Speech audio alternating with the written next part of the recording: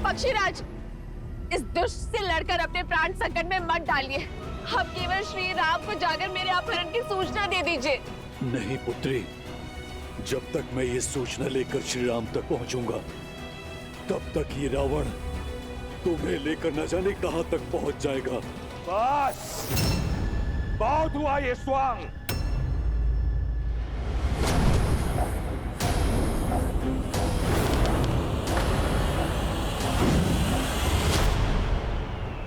पक्षीराज! पक्षीराज!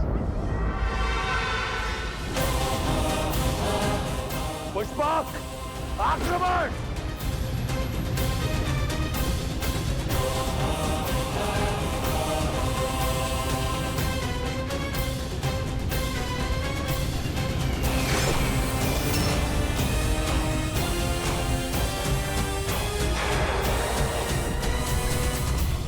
शत्रु का रक्त बहाते बहाते अपने लहू का रंग भूल गया था मैं, परंतु अब रक्त का खेल होगा।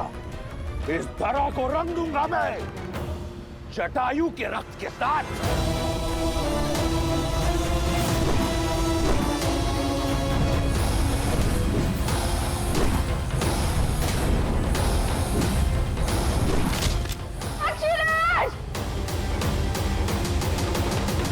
रावण से लड़ना आत्महत्या है पक्षीराज। मेरी विनती है आपसे, जाकर मेरे श्री राम को मेरी सूचना दे दीजिए।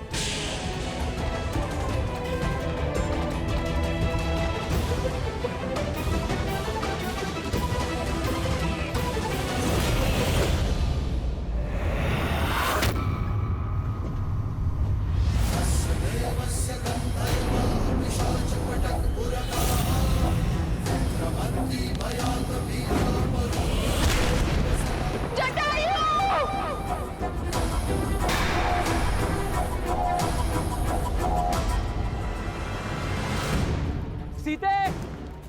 भाभी माँ! सीते! भाभी माँ कहाँ है आप? सीते उत्तर दो! सीते! सीते!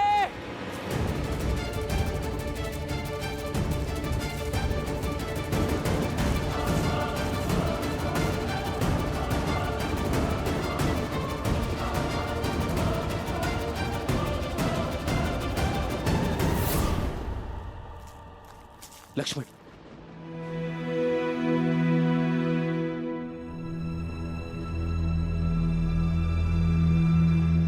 सीते! भाभी माँ! सीते! सीते! भाभी माँ कहाँ है आप? सीते! भाभी माँ!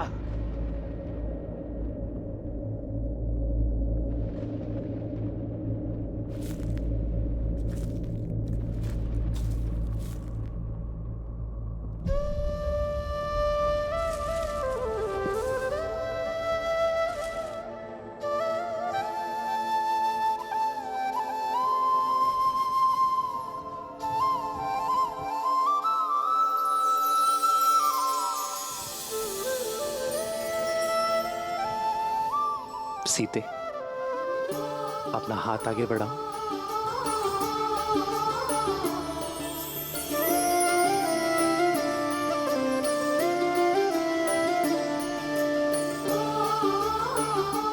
जानता हूं तुच्छ है सीते, किंतु इसे मैंने अपने हाथों से बनाया है, अपनी सीता के लिए। इन्हें तुझ कहकर अपमानित मत करिए आर्य। ये फूलों के कंगन मेरे लिए स्वर्ण आभूषणों से भी अधिक मूल्यवान है, क्योंकि इन फूलों में आपके प्रेम की सुगंध बसी है। ये तो सीता के पुष्प कंगन है लक्ष्मण।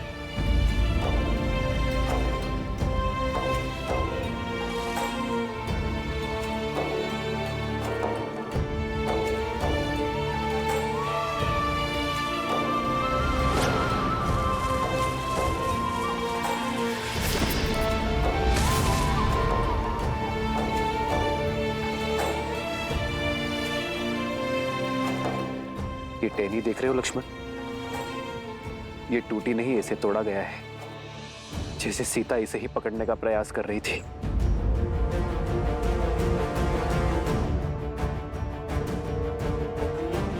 सीता का अपहरण हुआ है लक्ष्मण। उसे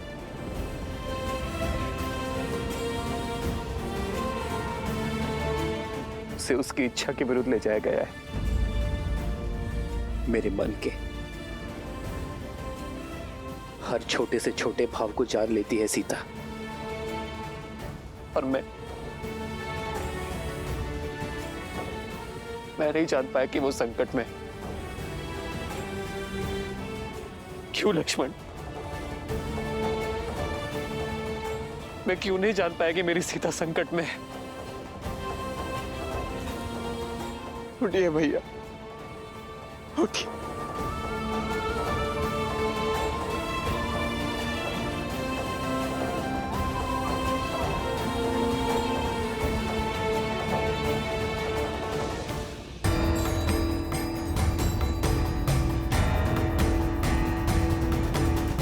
जिसने भी अभिमान में चूर होकर मेरी सीता के सम्मान पर प्रहार किया है, मैं उसे खोज कर रहूंगा।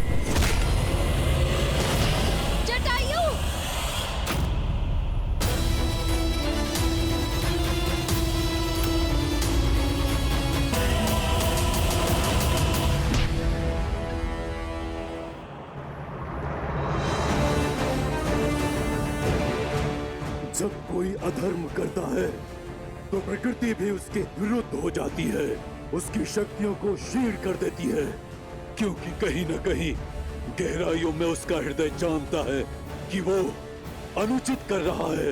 हृदय उनका चीखता है जो निर्बल होते हैं। वीर अपनी भुजाओं पर विश्वास रखता है।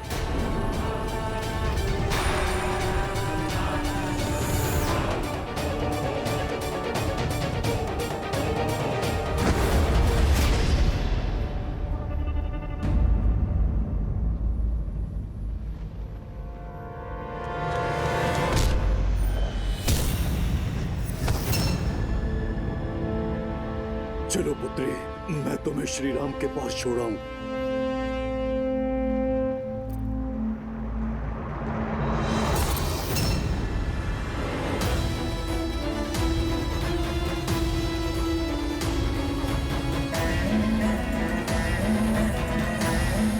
छोड़ो। सीता नहीं, सीता का मृत शरीर जाएगा राम के पास।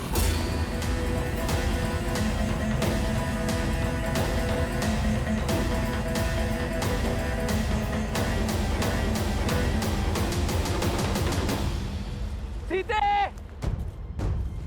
अभिमा! अभिमा! सीते उत्तर दो।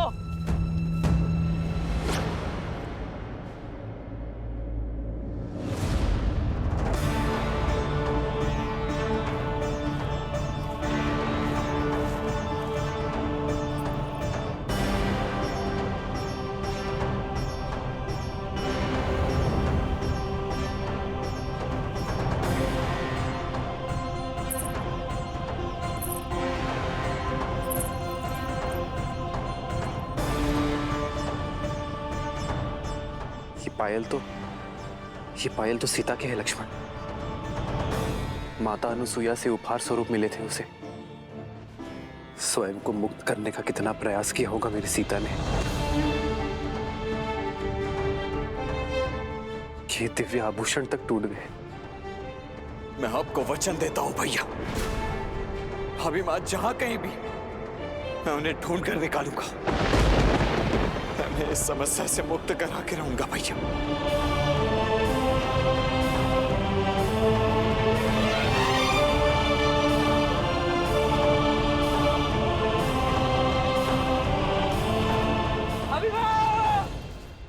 हट छोड़ दो पक्षी, अन्यथा सीता नहीं केवल उसका हाथ जाएगा तुम्हारे साथ।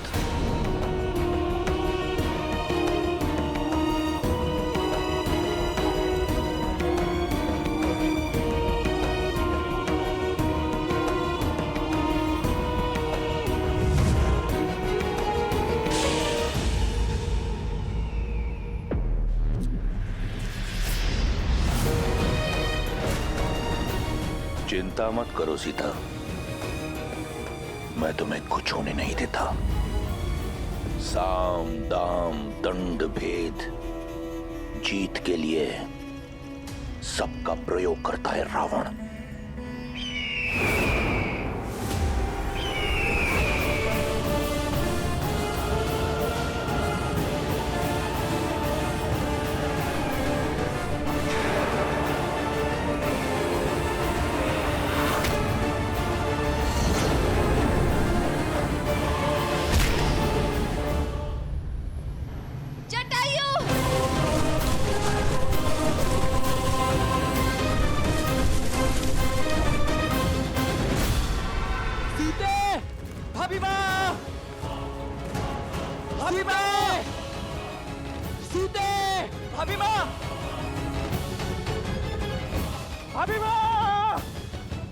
सीते!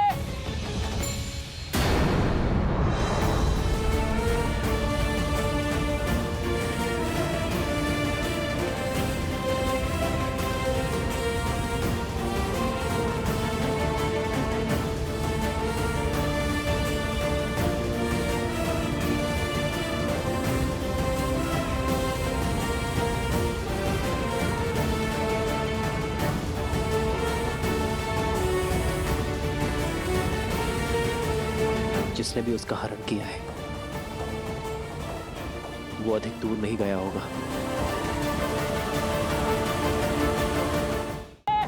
अभिमान! सीते! अभिमान!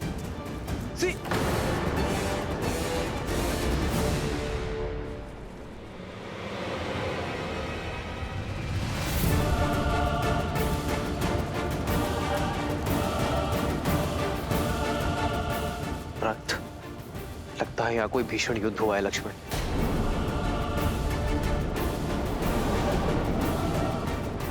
भैया वो देखिए, ये पंख उस दिशा से आ रहे हैं।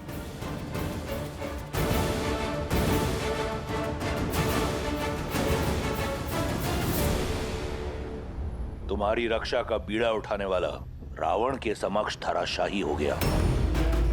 अब तो समझो, इस संसार में केवल एक है जो तुम्हारी रक्षा कर सकता है, रावण। धराशायी होगे तुम, तुम्हारा साम्राज्य और तुम्हारा अहंकार होगा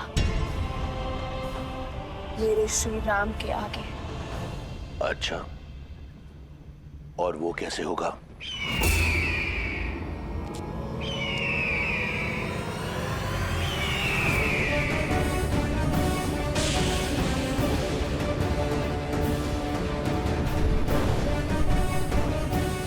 असंभव। जटायु,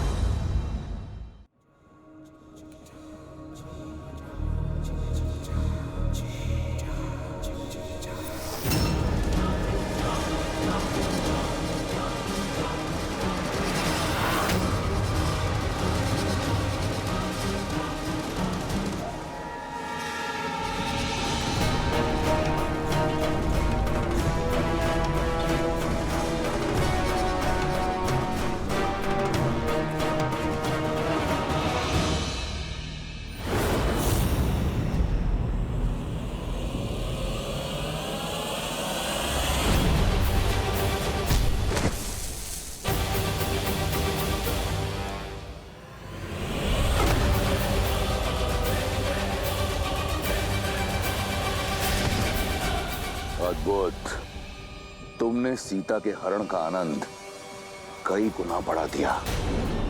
अगर बिना किसी कठिनाई के सीता को ले जाता तो आनंद अधूरा रह जाता। अब हट छोड़ दो, अन्यथा ये युद्ध युगों युगों तक चलता रहेगा। युगों की नहीं, उस पल की प्रतीक्षा है जब दशरथ नंदन आएंगे। धर्म का पलड़ा भारी होगा, मर्यादा का आंचल भरा होगा, आदर्शों की विजय होगी।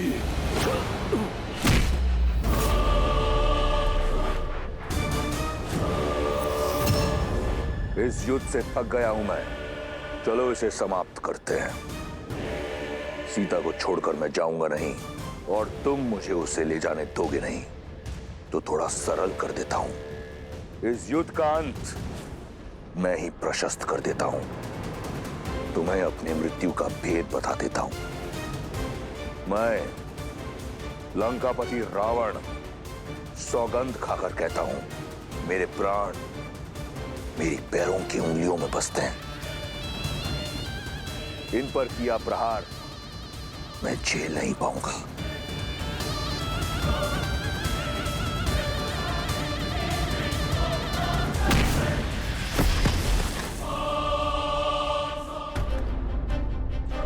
युद्ध भूमि का नियम होता है। युद्ध बराबरी का तब माना जाता है जब दोनों योद्धाओं को एक दूसरे के बल और सीमा का ज्ञात हो। मैंने तुम्हें अपनी दुर्बलता बताई। यदि तुम धर्मात्मा हो तो मुझे अपना रहस्य बताओ, या तुम बिना अपना रहस्य बताए प्रहार करोगे।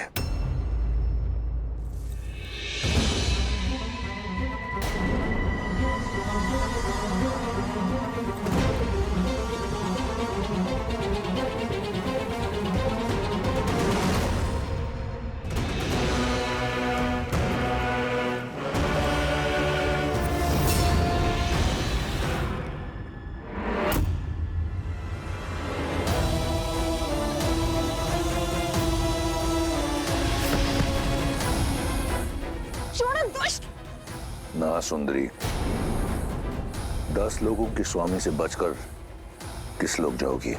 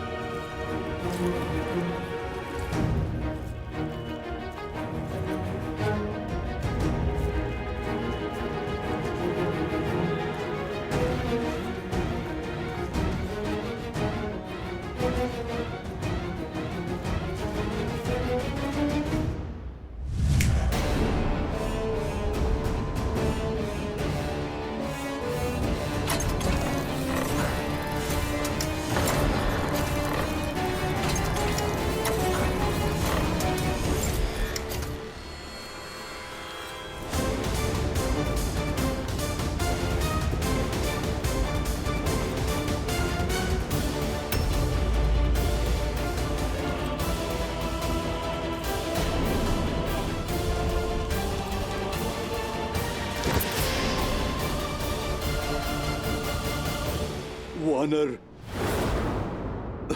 धर्म के रक्षक कभी धर्म के विरुद्ध नहीं होते। तुमने मुझे अपना भेद बताया, अब मेरा भेद भी सुनो। मेरा बल और निर्बलता, जीवन और मृत्यु सब मेरे ही पंखों में है। बहुत भोले हो पक्षी। मेरा असत्य सुनकर अपने सत्य का विवरण कर दिया।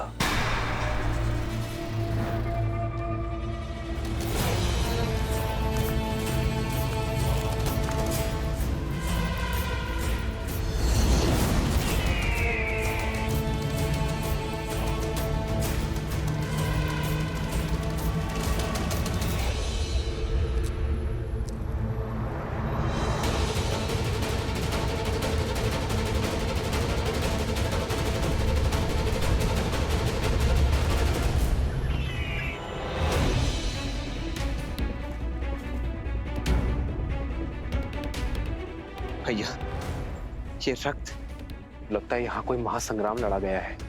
परंतु किसके मध्य?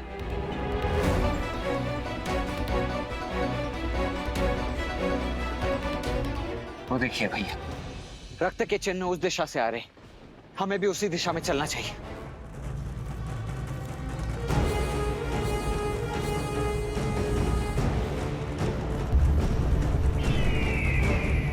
मेरे छल के पाश में फंसी गए ना मूर्ख। मृत्यु के लिए सज हो जाओ।